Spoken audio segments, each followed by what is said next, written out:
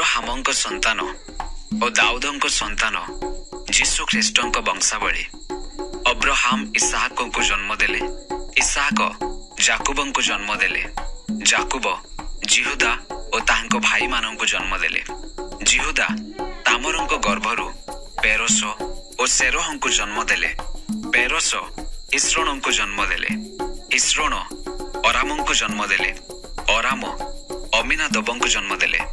ଅମିନାଦବ ନହଶନଙ୍କୁ ଜନ୍ମ ଦେଲେ। ନହଶନ ସଲୋମନଙ୍କୁ ଜନ୍ମ ଦେଲେ।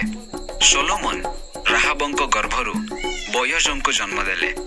ବୋୟଜ ରୁତଙ୍କ ଗର୍ଭରୁ ଓବେଦଙ୍କୁ ଜନ୍ମ ଦେଲେ। ଓବେଦ ଯିସିଙ୍କୁ ଜନ୍ମ ଦେଲେ।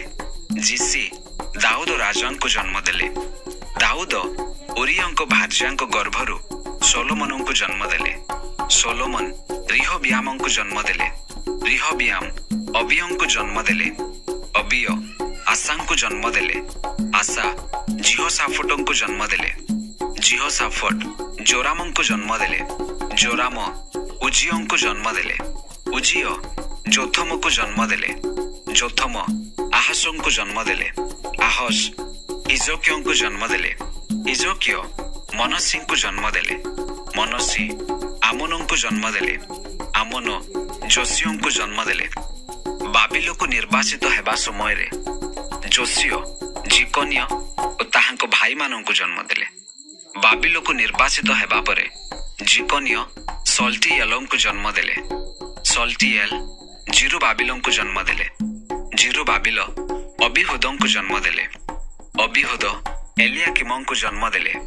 ଏଲିଆକିମ ଆଶୋରଙ୍କୁ ଜନ୍ମ ଦେଲେ। ଆଶୋର ସାଦୋକଙ୍କୁ ଜନ୍ମ ଦେଲେ। ସାଦୋକ ଆଖିମଙ୍କୁ ଜନ୍ମ ଦେଲେ। ଆଖିମ ଏଲିହୁଦଙ୍କୁ ଜନ୍ମ ଦେଲେ। ଏଲିହୁଦ ଏଲିଆଜରଙ୍କୁ ଜନ୍ମ ଦେଲେ। ଏଲିଆଜର ମତାନଙ୍କୁ ଜନ୍ମ ଦେଲେ। ମତାନ ଜାକୁବଙ୍କୁ ଜନ୍ମ ଦେଲେ। ଜାକୁବ ମରିୟମଙ୍କ ସ୍ୱାମୀ ଯୋସେଫଙ୍କୁ ଜନ୍ମ ଦେଲେ। ଏହି ମରିୟମଙ୍କ ଗର୍ଭରୁ ଯୀଶୁ ଜନ୍ମ ହେଲେ, ତାହାଙ୍କୁ ଖ୍ରୀଷ୍ଟ କୁହାଯାଏ। ଏହି ପ୍ରକାରେ ସମସ୍ତେ ଅବ୍ରାହାମଙ୍କ ଠାରୁ ଦାଉଦଙ୍କ ପର୍ଯ୍ୟନ୍ତ 14 ପୁରୁଷ, ଆଉ ଦାଉଦଙ୍କ ଠାରୁ ବାବିଲ ନିର୍ବାସନ ପର୍ଯ୍ୟନ୍ତ 14 ପୁରୁଷ, ପୁଣି ବାବିଲ ନିର୍ବାସନ ଠାରୁ ଖ୍ରୀଷ୍ଟଙ୍କ ପର୍ଯ୍ୟନ୍ତ 14 ପୁରୁଷ। ଯୀଶୁ ଖ୍ରୀଷ୍ଟଙ୍କ ଜନ୍ମ ଏହି ପ୍ରକାରେ ହେଲା।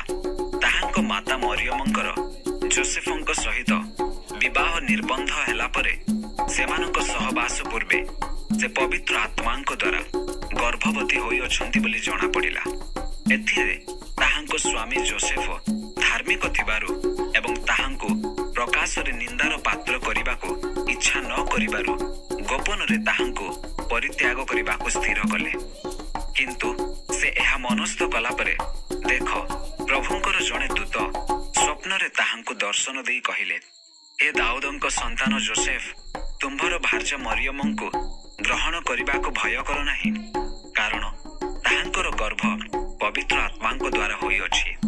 ସେ ପୁତ୍ର ପ୍ରସବ କରିବେ, ଆଉ ତୁମ୍ଭେ ତାହାଙ୍କ ନାମ ଯୀଶୁ ଦେବ, କାରଣ ସେ ଆପଣା ଲୋକମାନଙ୍କୁ ସେମାନଙ୍କର ସମସ୍ତ ପାପରୁ ପରିତ୍ରାଣ କରିବେ। ଭାବବାଦୀଙ୍କ ଦ୍ୱାରା ପ୍ରଭୁଙ୍କ ଉକ୍ତ ଏହି ବାକ୍ୟ ଯେପରି ସଫଳ ହୁଏ, ଏଥି ନିମନ୍ତେ ଏ ସମସ୍ତ ଘଟିଲା। ଦେଖ, ଜଣେ କନ୍ୟା ଗର୍ଭବତୀ ହୋଇ ପୁତ୍ର ପ୍ରସବ କରିବେ, ଆଉ ଲୋକେ ତାହାଙ୍କ ନାମ ଇମାନୁଏଲ ଦେବେ। ଏହି ନାମର ଅର୍ଥ ଆମ୍ଭମାନଙ୍କ ସହିତ ଈଶ୍ୱର।